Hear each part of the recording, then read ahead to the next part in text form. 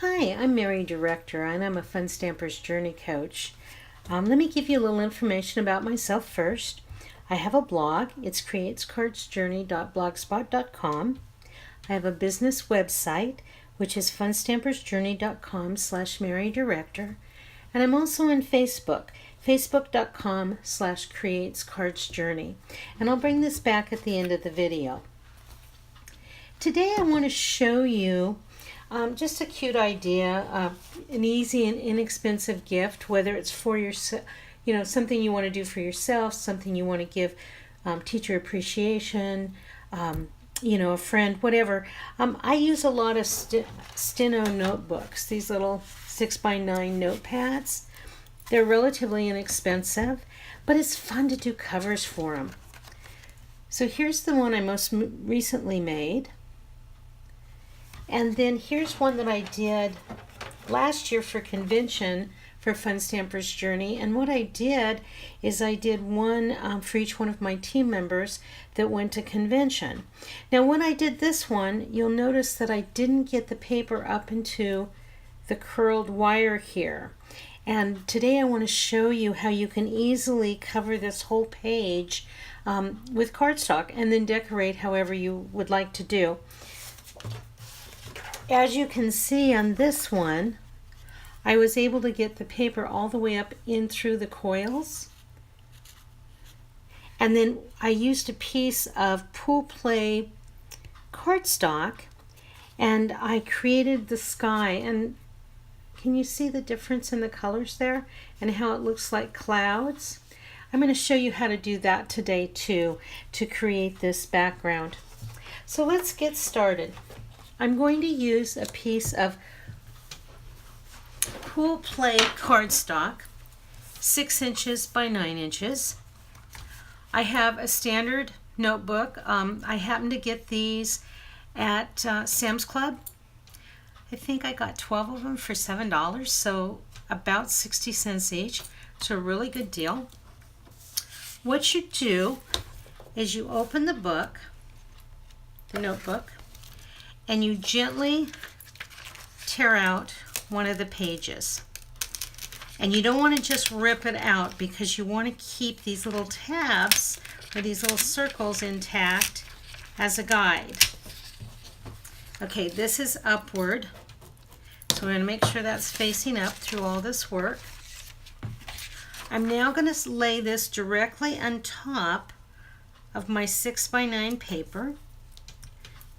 I'm going to take an ink pen and just about in the center of each little circle I'm going to do a dot. It's a guideline for me. And this just take a second.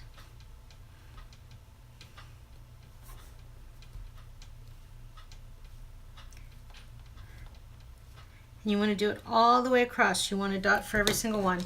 Now this piece can be thrown away. I'm now going to take my cutting mat and my press tool. The press tool is TO-0026.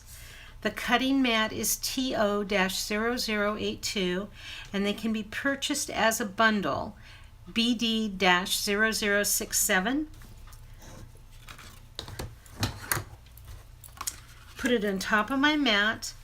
This has different little circles in here. They're in the cap actually. They're stored in the cap. And so I used the one that had the largest circle. And I'm just going to line the circle up with my dot and press down. And this will just take me a minute. I try to keep them lined up, but it doesn't have to be exact. Okay. I love doing these notebooks. If I didn't press hard enough on that one, so this one I'll just go back in, press again. These have always, the last 2 years when I've gone to convention, I've done these as gifts, and I've done each one a little bit different. Last year I did them where I put everybody's name on them and the year, so they had it as a remembrance. I'm always taking notes. So for me, I go through a lot of these notebooks. And it's just fun, you know, to have one that's decorated, not just a generic. You can find in most places that have office supplies. But like I said, I found the best deal on these ones at Sam's Club's actually yesterday. So that worked out really well for me. Oh, I didn't get that last one. Just a minute. When you go to clean this, okay, first let me show you. So now I've got holes all the way across. I'm keeping this up, facing upward. To clean this, all you have to do is unscrew this, pull out the little cap, and these little pieces that we just cut out will come out. And then any that don't come out, you can just take a pick. I'll use our bloom tool, and then they'll just pop right out. If you have any problems getting this in and out, I have a jar opener that I've cut down into fourths, a little, you know, a rubberized, and you can just grab the tip that way, but they usually come out pretty easily. Okay, let me get this out of our way.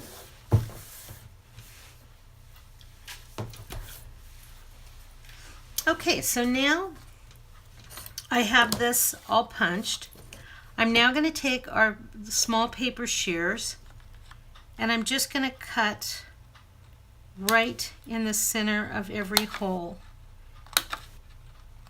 And what you want to make sure of is that when you're doing a new notebook, that you don't use the same lined paper that you used on the first.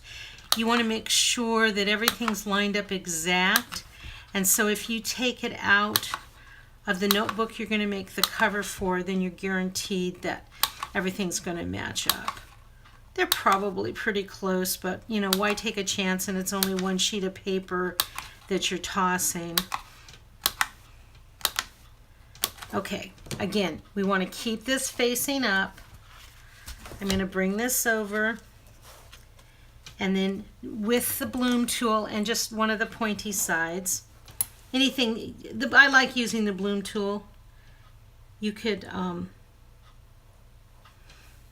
use anything else that you have that points. And what you're going to do is just kind of shift these back and forth so that they fit in around the metal coil.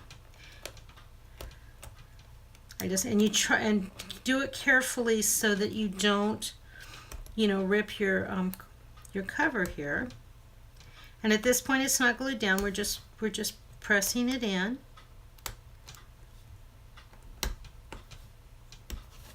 Okay, and again with the help. And then once in a while you'll shift, you know, you'll go ahead and you'll shift. You may have to put a little bit of pressure to get that to go down in, but they're a pretty good fit.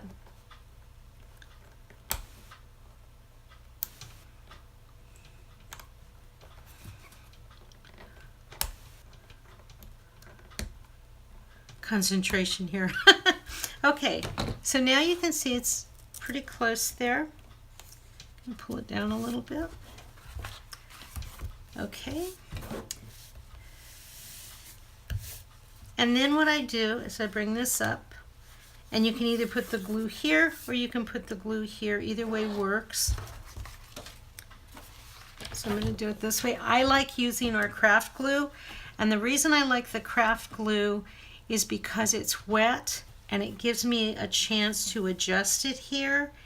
If I have done it before and used our adhesive, our Easy Glide.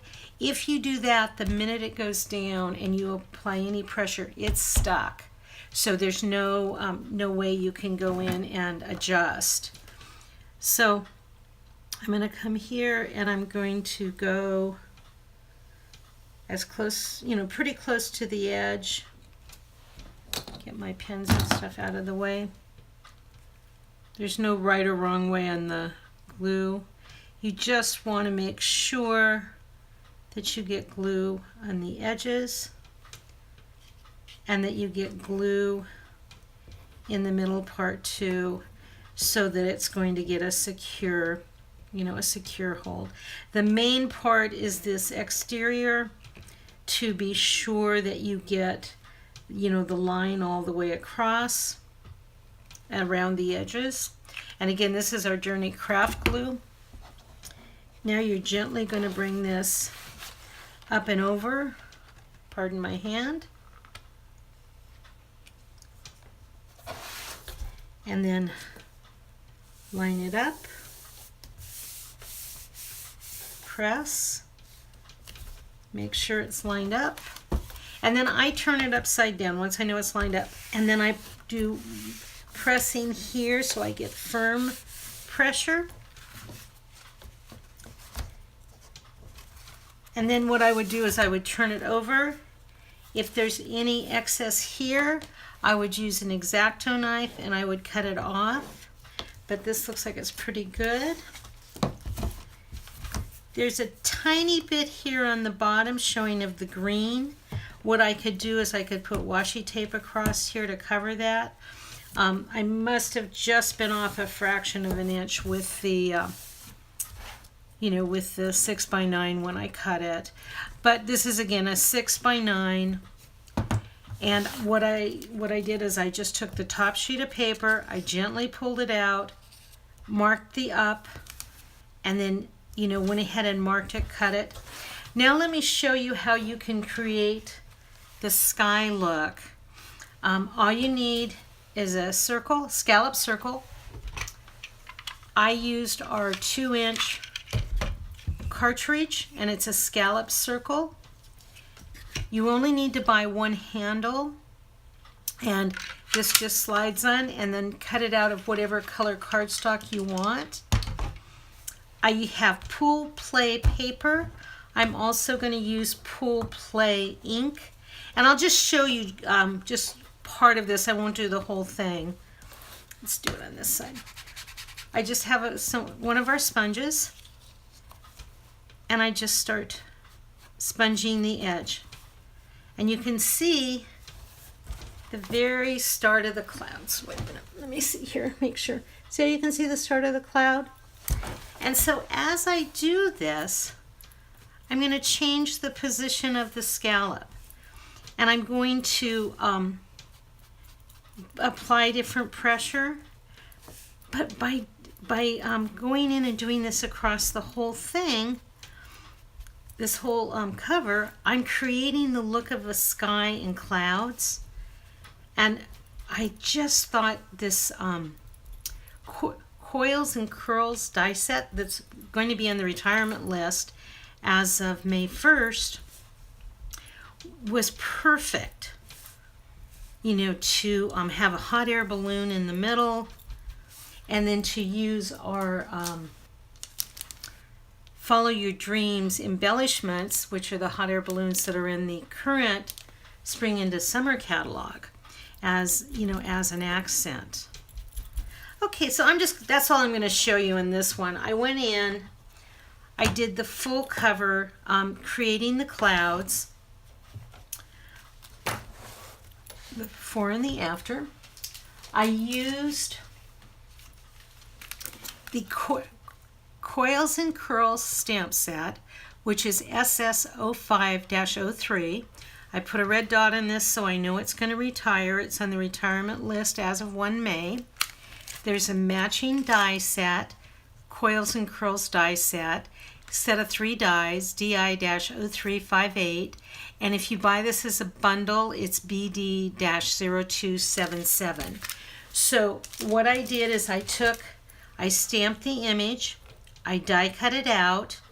I then used some of our liquid colors, and in the liquid colors I added water to it on one of our acrylic blocks, and then painted this in.